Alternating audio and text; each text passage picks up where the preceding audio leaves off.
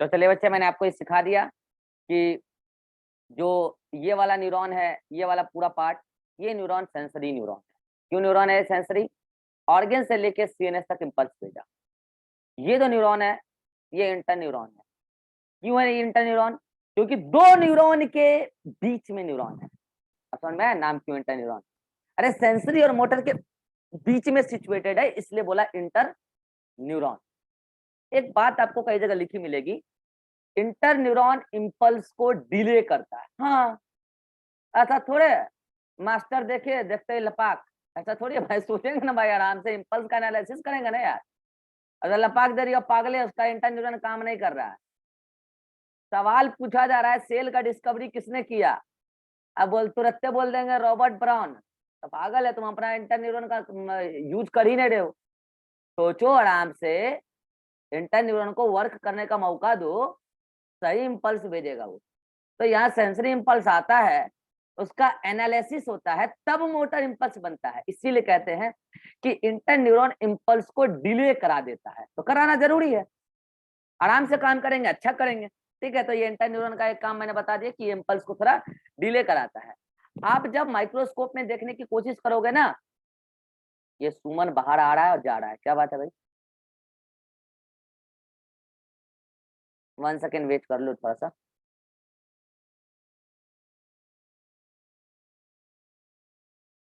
आ जाता है तो ठीक है, नहीं तो वीडियो देख लेगा।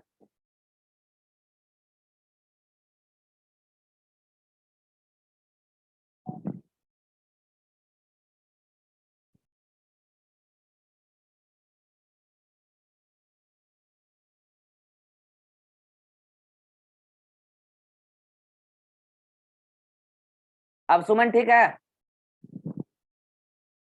Yes sir. चलो ठीक है, एक बार फिर से रिपीट कर देते हैं कि जो मैंने कहा कि ये सेंसरी न्यूरॉन है, सेंसरी न्यूरॉन ने सेंसरी इंपल्स भेजा, इंटर न्यूरॉन ने उसको पहले एनालाइज किया। एनालिसिस करने में समय लगता है, तब जाके मोटर इंपल्स बनाया। इसीलिए कहते हैं कि इंटर न्यूरॉन इंपल्स को डिले कर देता है। ठीक है, ये बात हो गया। उसके बाद ये मोटर न्यूरॉन है, ये इंपल्स को देखो कहां से कहां लेके जा रहा है। ये लेके जा रहा है आपका सीनस से लेके ऑर्गन तक, इफेक्टर ऑर्गन तक। ठीक है, तो ये बातें मैंने समझा दी। अब देखो, अच्छा एक बात मैं ये बताना चाह रहा था कि जब आप माइक्रोस्कोप में गौर करेंगे ना कि कौन सा पार्ट कैसा दिखता है, तो अगर आप सीएनएस वाले पोर्शन को देखने की कोशिश करेंगे ना, तो ये पूरा इलाका आपको बहुत डीप ग्रे कलर का दिखेगा। कैसा दिखेगा? डीप ग्रे कलर का। पता है क्यों? जो न्यूरॉन इंटर न्यूरॉन होते हैं, इंटर न्यूरॉन का जो साइटोन होता है, उसमें बहुत ज्यादा निशिस ग्रेन्यूल्स होता है, और बहुत ज्यादा निशिस ग्रेन्यूल्स पाए जाने की वजह से वो डीप ग्रे कलर का दिखता है। इस चर्चा को हम आगे भी कंटिन्यू करेंगे, लेकिन अब ध्यान रखिएगा, इंटर न्यूरॉन जो होता है डीप ग्रे कलर का दिखता है ड्यू टू एक्सेस निशिस ग्रेन्यूल्स। जो आरईआर का टुकड़ा होता है, प्रोटीन बनाने का काम उसका, हमने समझाया था। ठीक है, तो ये बात भी मैंने आपको बता दिया। ठीक है, अब एक पॉइंट, टेक्निकल पॉइंट, गौर करो। स्ट्रक्चरली सेंसरी और मोटर न्यूरॉन तो एक ही जैसे है यार, अंतर कहाँ है? अंतर है कंडक्शन के डायरेक्शन में। देख लो ना, स्ट्रक्चरली सेंसरी और मोटर न्यूरॉन एक जैसे हैं कि नहीं है? देख लो, झूठ बोल रहे हैं, देख लो। तो फिर अंतर किस बात में है? अंतर तो पहली बात कंडक्शन में है। कंडक्शन में अंतर क्यों है? क्योंकि उसका स्ट्रक्चर तो सेम है, लेकिन अरेंजमेंट सेम नहीं। क्यों नहीं अरेंजमेंट सेम? आइए अरेंजमेंट की चर्चा करते हैं, जिससे पूछेंगे वही बताएगा। चलिए, ज्योति बताएगी सेंसरी न्यूरॉन का साइटोन किसकी तरफ है, और सेंसरी न्यूरॉन का एक्सॉन किसकी तरफ है? जल्दी बताओ ज्योति। एक्सॉन मतलब सेंट्रीपिटल और सेंट्रीफ्यूगल के अरे बारे में नहीं, बोलना है। टुवार्ड्स द ऑर्गन या फिर टुवार्ड्स द सीएनएस, ये बोलना है। एक्सॉन जो है इधर टुवार्ड्स द सीएनएस है। ठीक है, axon towards the CNS, towards CNS. और cyton towards the organ. Organ यहाँ रिसेप्टर है या इफेक्टर है? रिसेप्टर। तो टुवार्ड्स, माइक बंद कीजिए, टुवार्ड्स ऑर्गन और यहाँ पे ऑर्गन क्या है, इफेक्टर है, सॉरी रिसेप्टर है। ठीक है, चलिए अब बताएगा, इरहान बताएगा मोटर न्यूरॉन का एक्सॉन किधर की तरफ है और मोटर न्यूरॉन का साइटोन किधर की तरफ।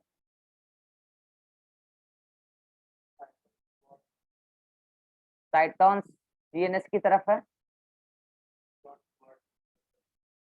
एक्सॉन टुवार्ड्स इफेक्टर ऑर्गन, मतलब ऑर्गन की तरफ है, लेकिन वो ऑर्गन कौन है यहाँ पे, इफेक्टर है, नॉट रिसेप्टर। और मैंने कहा था कि इफेक्टर और रिसेप्टर सेम भी हो सकता है, जैसे मान लो कि यहाँ से कोई न्यूरॉन निकला मोटर वाला, वो यहाँ भी जा सकता है।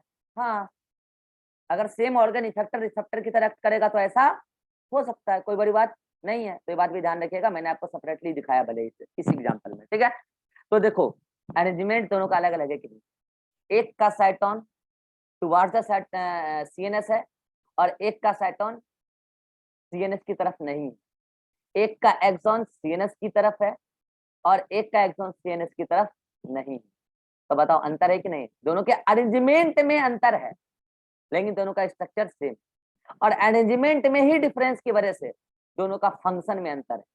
फंक्शन क्या है, एक टुवार्ड्स सीएनएस, एक away from the CNS nerve impulse को कंडक्ट कर रहा है।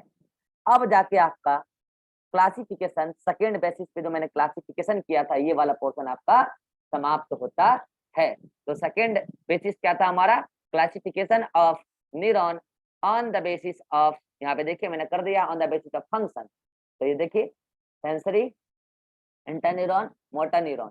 सेंसरी में मैंने कहा दो बातें आप और ऐड कर लेंगे, वो क्या है, डीप ग्रे कलर का होता है, डीप ग्रे कलर का होता है, और यहाँ पे इंपल्स डिले होता है। क्यों डिले होता है, मैंने कहा ना, यहाँ पे सेंसरी का पहले एनालिसिस होता है तब मोटर का फॉर्मेशन होता है, मोटर इंपल्स का। कितनों को समझ में आ गया ये classification of neuron on the basis of function, हाथ खड़ा कीजिए जल्दी से।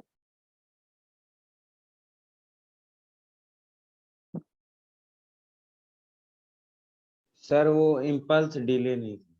इंपल्स डिले क्या समझाना है, यस। हाँ तुम्हारा नेटवर्क चला गया था ना, इसलिए फिर से एक बार बता देते हैं, सुनो। हम कहे कि ये जो इम्पल्स चला, स्टिमुलस आएगा तब इम्पल्स बनेगा, इम्पल्स बना कहाँ, सेंसरी न्यूरॉन में आया यहाँ पे। तो जब यहाँ पे सेंसरी इम्पल्स आया तो पहले इंटर न्यूरॉन उसका एनालिसिस करेगा कि नहीं करेगा, बोलो सुमन।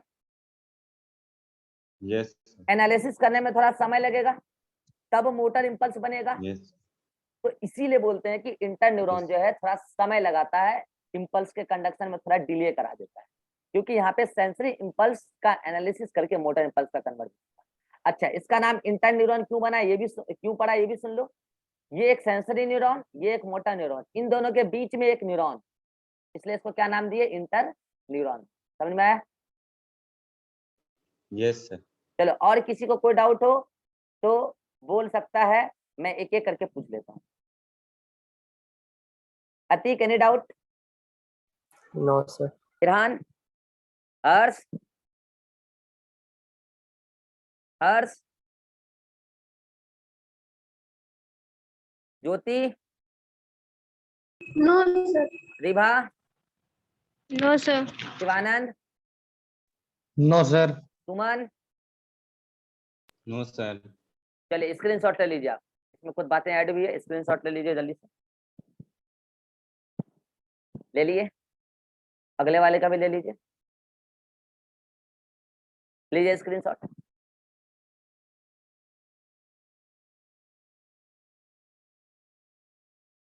ले लिए, चलिए।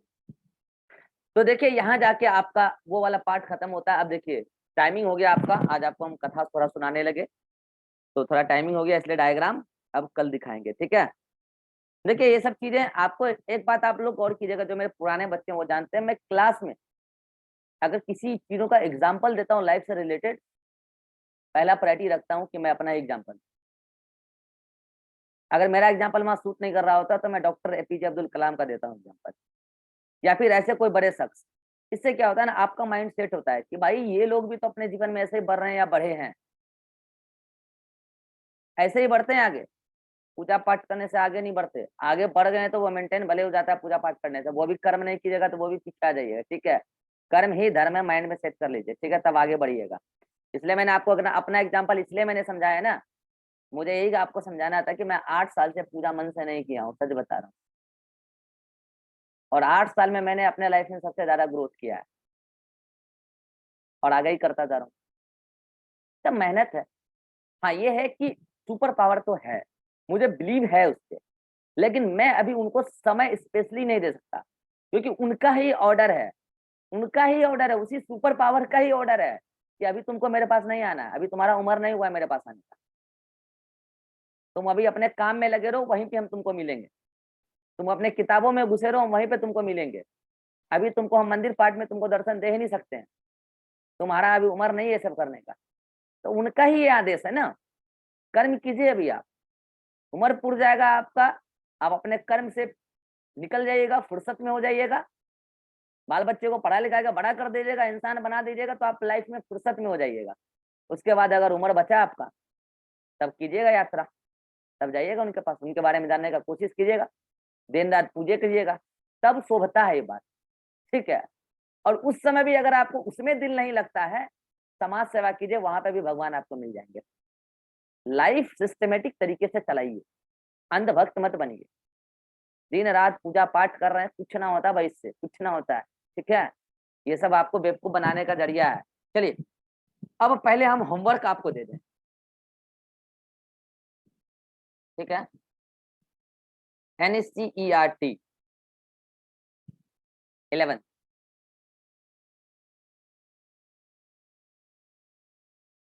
Page number 1।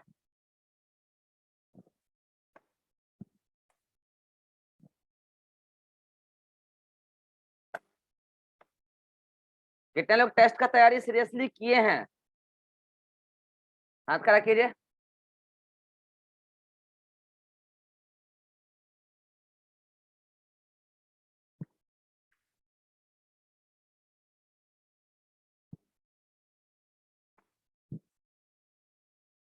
आज आप वो वाला पोर्शन पढ़ लीजिएगा, पेज नंबर 317 पे बता रहा हूं, पेज नंबर 317 पे